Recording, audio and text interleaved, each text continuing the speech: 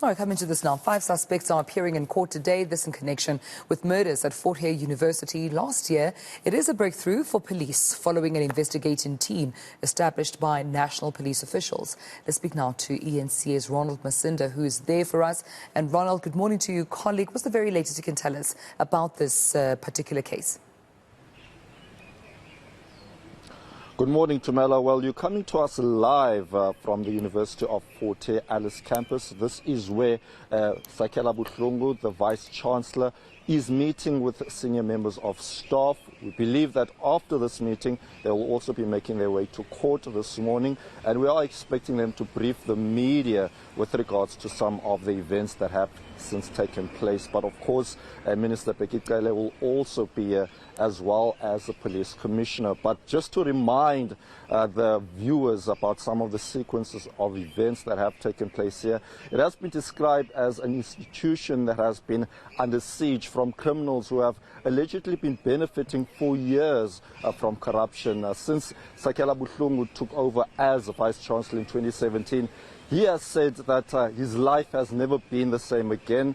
For the first time in his life, he has to go around in different areas with his bodyguards. And just to talk about some of the issues that have taken place here, back last year, we believe that there have been assassination attempts not only on Buhlungu's life, but also from 2 members of staff, including that of his office manager, Zuki Mbombo. But what we also know is that last year, fleet manager Petrus Roots was shot and killed at his house in East London. And then the very latest murder case, that of Boneli Vesele. He was the bodyguard of Buhlungu. He was murdered outside of Buhlungu's home here in Alice. And there's also been letters and sort of information to intimidate other staff members that Buhlungu has mentioned in the past. And this, of course, has led to Buhlungu calling on the president, writing to the president, saying that you are my only hope for people here at this university, staff in particular, to survive, because he has lost complete hope here in the province. And the president heeded that call by attending to this matter, sending Police Minister earlier this year, Bekikele, as well as Higher Education Minister Blade Nzimande, as well as the Minister in the Presidency. So we will find out a bit later this morning as to what are some of the charges these 5 suspects will be facing. We know that there are charges of murder, attempted murder, as well as corruption.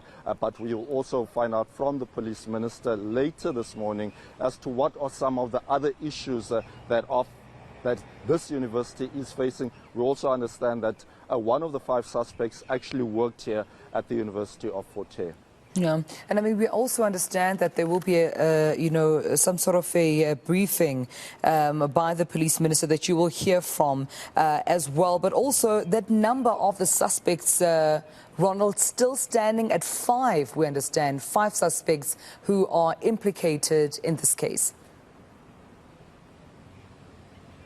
Yes, so to our understanding, it's 5 for this morning, but one could expect that there could be more arrests made, because, I mean, the issues that have plagued this university dates back to many, many years. Some are relating to tender fraud, others want to procure jobs here at the university by force, and often this has led to intimidation. And Buhlungu himself has been lauded for trying to clean up this institution.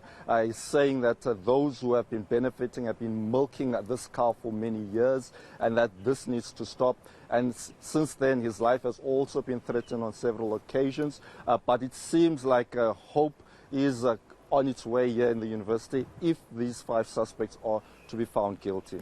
All right, we'll leave it there for now, colleague. We'll get back to you as soon as there are other developments, I suppose, around this case. eNCA reporter Ronald Masinda updating us on the very latest coming from Fort Hare University, where we understand 5 suspects implicated in murder. But also we understand the Cyril Ramaphosa, President of the Republic of SA, instituting that special investigation into corruption and maladministration within the university, dating back as far back as 2012. This from, contracts being awarded unduly and unlawfully, but also degrees and honours degrees as well being offered and given unduly. So we'll hear back from Ronald as soon as there are other developments around the case.